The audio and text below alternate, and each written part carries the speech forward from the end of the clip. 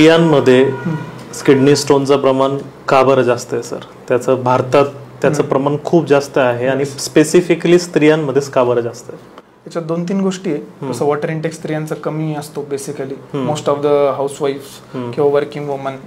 दुसरी गोष्ट, त्यांना रिकरंट युरिन इन्फेक्शनची रिस्क असते.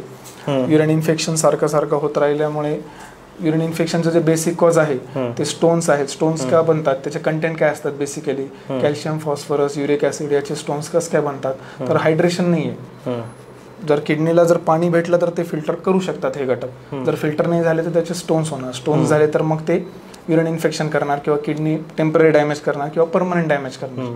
दुसरी गोष्ट, फिमेल्समध्ये गॉल स्टोनचं पण प्रमाण जास्त आहे आणि किडनी स्टोनचं प्रमाण जास्त आहे, कारण ओबेसिटी याचं प्रमाण एक वाढलेलं आहे रिसेंटली. एक्सरसाइजचं प्रमाण कमी झालेलं आहे. जसं फूडमध्ये मी बोललो, डायटरी चेंजेस, कार्बोहायड्रेट इंटेक जास्त होतोय, प्रोटीन इंटेक कमी होतोय, फॅट इंटेक जास्त होतोय, ऑइली फूड जास्त खाल्लं जाते, स्पायसी फूड जास्त खाल्लं जाते. हे जे डायटरी चेंजेस जे आहेत ते जर तुम्ही मॉडिफाय केले, मिल्क प्रॉडक्ट्स जास्त घेतले, तर मग डेफिनेटली आपण हा त्रास कंट्रोल करू शकतो.